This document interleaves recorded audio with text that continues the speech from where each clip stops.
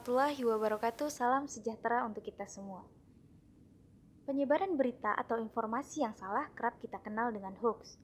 Zaman yang semakin canggih membuat penyebaran berita hoax mudah untuk disebarkan, apalagi melalui media online. Berita hoax dikemas sedemikian rupa, seolah-olah berita tersebut adalah berita yang benar. Banyak sekali dampak negatif dari penyebaran berita hoax, salah satunya menimbulkan perpecahan. Hal ini menjadi kekhawatiran juga keresahan bagi semua kalangan. Lalu, apa saja yang termasuk ke dalam hoax? Pada podcast kali ini, kita akan mengambil topik tentang mis dan disinformasi di mata jurnalis muda.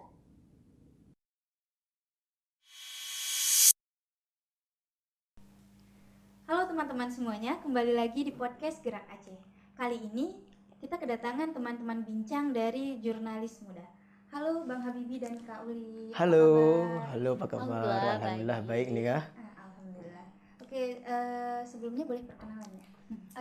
Sebelumnya kenalkan aku Uli Rahmati, mahasiswa Komunikasi Penyiaran Islam UIN Araniri, Banda Aceh. Sebelumnya perkenalkan, nama saya Naufal Habibi. Saya kuliah di Universitas Syariah Kuala, Pendidikan Bahasa Indonesia. Oke.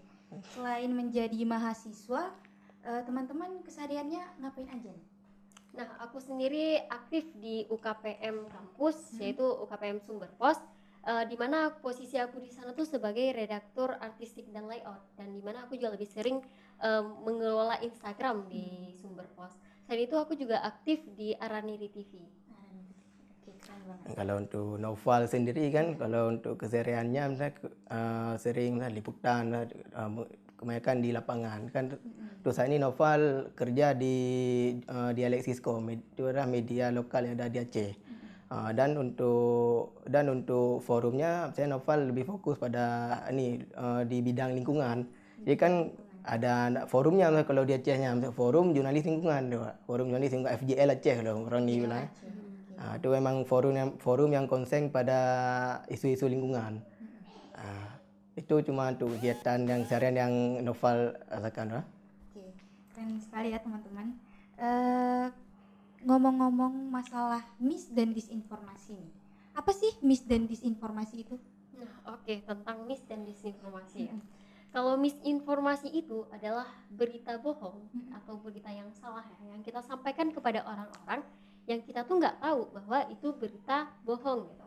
Sedangkan disinformasi itu adalah berita yang bohong yang kita sampaikan kepada orang lain yang kita itu tahu bahwa informasi itu salah gitu, dan tapi tetap kita lakukan gitu. Berarti disinformasi ini adalah memang penyebarannya itu serta beritanya itu memang sangat-sangat salah, fatal lah ya bisa dibilang, apalagi disebarkan. Malahan kalau kita bicara disinformasi itu memang parah untuk dampaknya kalau kita lihat untuk masyarakat. Apalagi kan orang yang sebarkannya itu memang tahu bahwasanya dia salah.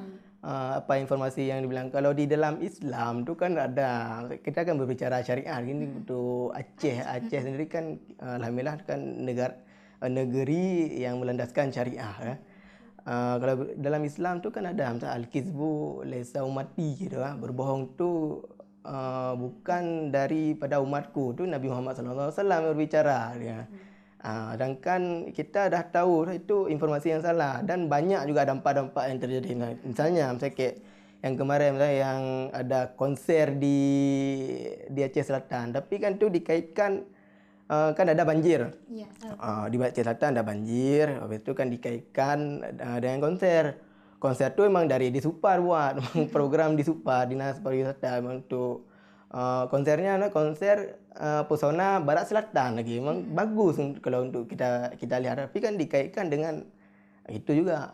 Berarti itu termasuk hoax atau mis dan sebenarnya kalau kita bilang itu kan berita yang salah. Ya, misalnya dari gara-gara konser tapi mengakibatkan banjir. Ya, mengaitkan hal itu dari yang itu seharusnya bencana alam sebabnya bukan konser, malah bencana alam sebabnya konser gitu jatuhnya. Tapi kan kalau kita bicara misalnya mengenai bencana alam, logikanya kan emang penebangan hutan ataupun perambahan hutan kan banyak tu, apalagi kan Aceh Selatan tu dekat berdekatan dengan Loser. Iya.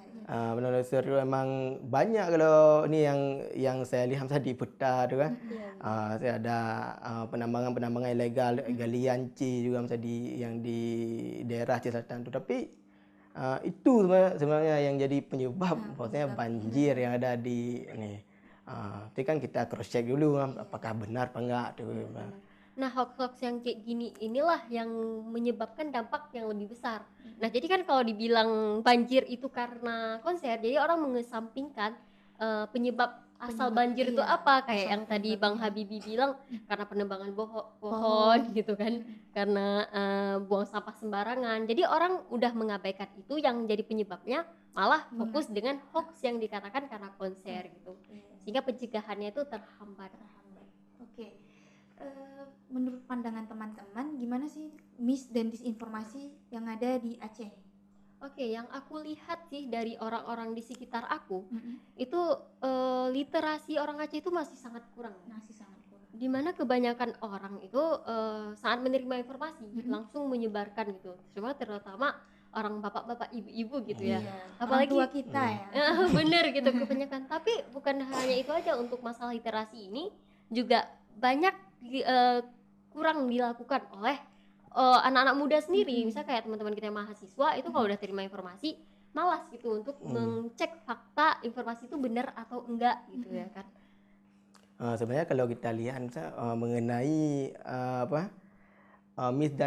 mis dan dis ataupun berita-berita bohong, berita-berita yang salah misalnya yang ada di Aceh ni memang ni berbicara mengenai keseharian orang Aceh itu memang kurang dalam literasi ataupun dalam membaca. Habis tu orang Aceh ni lebih banyak dalam mendengar misalnya ada berita misalnya dari di kawan ni. Oh ni kita besok ada acara ni. Ataupun kedatangan dari orang-orang besar lah. Tu dikira orang Aceh tu rumah ni mewah kali lah acara ni, padahal pas besoknya dah enggak sesuai dengan apa yang diinginkan. Tu kalau nanti berbicara dengan untuk perilaku orang Aceh ni memang mudah dalam menerima informasi yang ada dalam yang diterima yang dikasih oleh orang lain, walaupun informasi itu masih kadang simpang siur, itu memang enggak ada tu. Iya.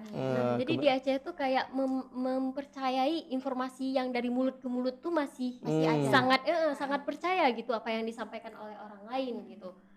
Sebenarnya kalau kita bahas tentang kenapa dan misinformasi ini juga merajalela di Aceh, sebenarnya kalau kita lihat dari segi data pengguna media sosial di Indonesia sendiri gitu kan, hoax itu kan banyak beredar dari media sosial dari WhatsApp, Facebook, Instagram, TikTok. Terutama WhatsApp ya, karena yang kita sering pakai sekarang. Iya benar, WhatsApp itu karena kenapa sih kalau kita lihat itu ada sekitar 191,4 juta pengguna media sosial di Indonesia gitu. Dan yang aplikasi paling populer itu WhatsApp. Itulah kenapa WhatsApp jadi media yang paling banyak penyebaran hoaxnya gitu. Karena banyak yang pakai gitu ya kan. Oke, sebagai jurnalis muda nih teman-teman, Iya. teman-teman pernah nggak sih terpapar dengan berita bohong atau mis dan disinformasi? Nah kalau aku sendiri nih ya, menurut aku orang yang terpapar misinformasi ataupun disinformasi itu terkadang nggak sadar melakukan itu. Misal kenapa kalau misinformasi jelas nggak sadar, kita dapat informasi udah menurut kita itu benar karena malah literasi tadi nyebarin ke orang. Sedangkan disinformasi ini jatuhnya kita tuh kadang nggak sadar, misalnya kita menyebarkan informasi salah itu untuk bercanda gitu. Nah kita tuh telah melakukan disinformasi itu tanpa tahu bahwa kita itu telah melakukan disinformasi itu gitu. Nah, kalau aku sendiri kalau untuk pernah mengalami itu, aku pernah percaya loh kalau Upin Ipin itu punya orang Indonesia gitu. Ternyata pas baru-baru ini aku baca lagi, ternyata memang yang punya yang membuat animasi Upin Ipin itu dia kuliah di ITB tapi memang orang Malaysia gitu. Dan aku benar-benar termakan hoax itu loh. Sampai usia aku 19 tahun baru aku dapat informasi yang benar gitu. Kalau untuk saya sendiri, kan ada untuk paparan Terpapar hoax. ya untuk hoax yang ada misalnya ya, ada tuh misalnya di pas waktu yang meninggalnya ulama kita kan kemarin tuh Abu Tumin.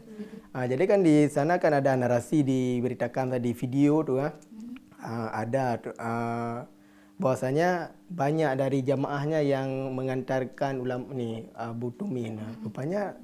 Rupanya tempatnya tu bukan di Belang Beladih tu yang di Birun tu, tapi kan cuma di itu kalau nggak salah ulama di Jawa tu. Gitu. Untung ada kawan yang kabarin tu masalah ni. Dibilang ini bukan di Aceh ini bukan Abu Tumin ni yang disemayamkan yang disolatkan dia. Itu emang di ulama di Jawa tu ada Kiai Haji tu, yang baru meninggal juga ramai juga dia. Apalagi kan kalau berbicara untuk populasi penduduk kan lebih banyak di Pulau Jawa kan, di daerah tu kan untuk santri kan lebih banyak sana juga. Tu perasaan yang saya rasakan. Tapi alhamdulillah tu ada kawan-kawan yang bisa memonitoring lah untuk masalah hoax ni ya. Oke. Dari cerita-cerita teman-teman ya, gimana cara kita menangkal hoax atau mis dan disinformasi? Nah, kalau sejauh ini Mm-mm. aku tuh cara menangkal hoax itu saat aku mendapatkan informasi dari media sosial. Mm-mm. Informasi pertama yang aku dapat tuh dari Instagram biasanya. Mm-mm. Itu pasti aku cek dulu biasanya ke media sosial, portal berita yang mainstream gitu kayak Kompas. Itu di Instagramnya dulu. Tapi kalau berita itu belum ada, aku cari ke websitenya. Atau kalau misalnya itu adalah berita yang panjang, serangkaian cerita yang ini, aku ceknya itu di Nesi Chess loh, di YouTube-nya Kak Di Nesi. channel YouTube. Nah, itu kadang orang kan nggak berpikir itu akan mendapatkan informasi yang akurat ya. Kalau menurut aku yakin Kak Nesi itu akan menyampaikan informasi yang akurat karena dia dan tim dia melakukan riset terlebih dahulu ya. Jadi kalau misalnya kayak kasus Sambo terakhir ya, itu kan aku nggak dapat informasi apapun nih dari media sosial. Media Itu sosial. di media sosial beracak-acak kali informasinya. Jadi aku mencari kesimpulan yang merangkum kejadian itu. Nah, itu cara aku mendapatkan informasi yang akurat. Kalau untuk saat ini kan berbicara cara menangkal hoax apalagi kan kita tahu bahwasanya hoax peredaran hoax di Aceh ni ataupun di Indonesia ni emang sangat pesat dia. Ni kalau ni menurut pengalaman aku pribadi, misalnya dari cara menangkalnya memang untung misalnya dari kawan-kawan juga, misalnya kita kan tahu, misalnya kita kan memang banyak juga dari kesalahan yang kita lakukan tapi kita nggak tahu misalnya apakah itu benar beritanya atau enggak. Misalnya kalau untuk dari cross check beritanya emang dari media-media yang terpercaya lah. Misalnya kalau dari Instagram tu malahan bisa juga, apalagi kan dari Twitter. Walaupun Twitter tu menurut orang kebanyakan orang tu memang banyak yang tidak bisa dipercaya beritanya. Misalnya, kebanyakan ya emang dari akun ataupun dari klarifikasi pemerintah ataupun gitu kan ada nanti biasanya konferensi pers tu. Dan sejauh ini begitulah cara untuk menangkal hoax. Apalagi kan hoax ni itu yang lebih mudahnya itu menurut saya. Dari teman-teman sendiri juga, apakah teman-teman tergabung dalam organisasi yang khusus menangkal hoax? Nah, saat ini kami ini masuk atau bergabung dengan komunitas yang baru aja dibentuk sebenarnya, yaitu masyarakat anti hoax Aceh. Masyarakat anti hoax Aceh. Hoax Aceh dia.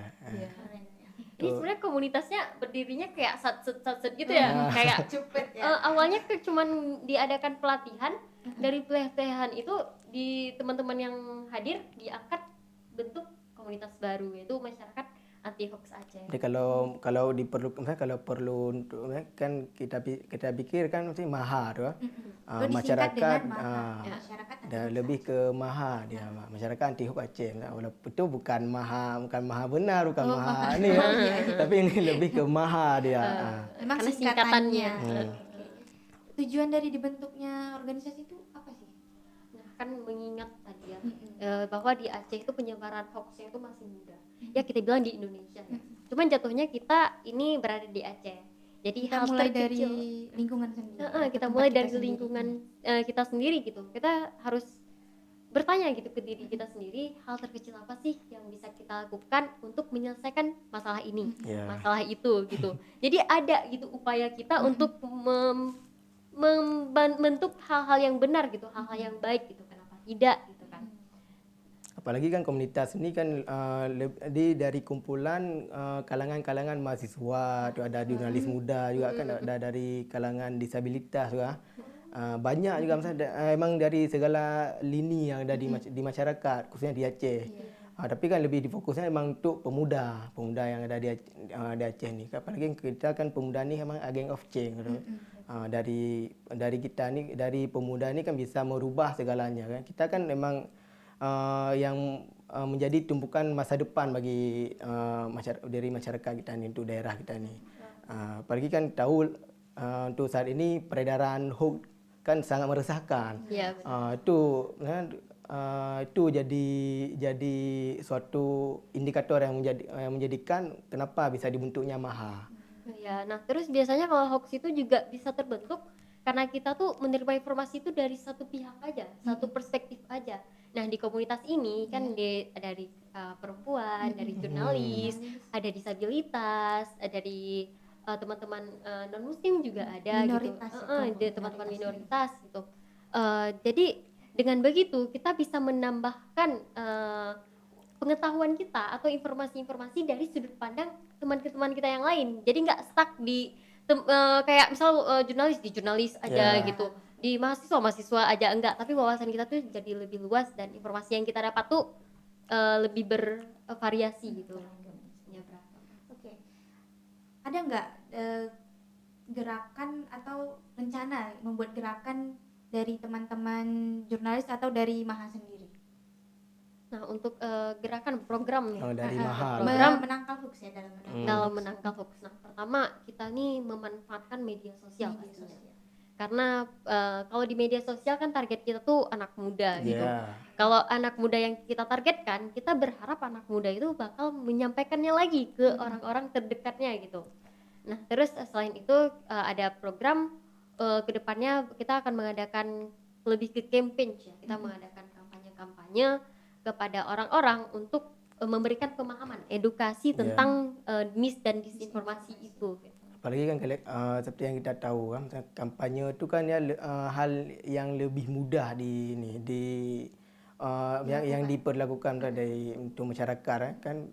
Kampanye itu kan bisa juga misalnya cuma dari kita buat yang satu ataupun kan ada di Instagram kan, itu kan bisa kita buat. Kalau sedangkan advokasi itu kan ya lebih susah kan. Kalau kampanye itu memang mudah tu. Sebenarnya dari kampanye ni bisa kita lakukan apalagi untuk kawan-kawan kita yang muda-muda ni juga yang di Aceh lah, masyarakat Aceh. Oke. Berarti komunitas MAHA ini khusus menangkal hoax. Iya betul.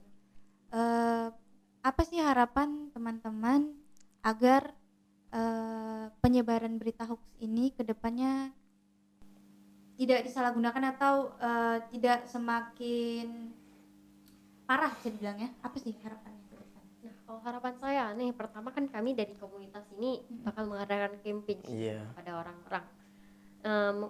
Kita berharap orang-orang yang mendapatkan informasi itu, yang udah tahu apa itu disinformasi, yang udah tahu bagaimana cara menangkal hoax, itu juga menyampaikan kepada orang-orang terdekat, itu paling kurang. Supaya hoax ini mereda lah paling kurang untuk periode ini. Mungkin kedepannya bakal hilang tuh berita hoax karena kita menjadi masyarakat yang cerdas gitu, yang cermat, kita memilah dulu informasi yang ada gitu.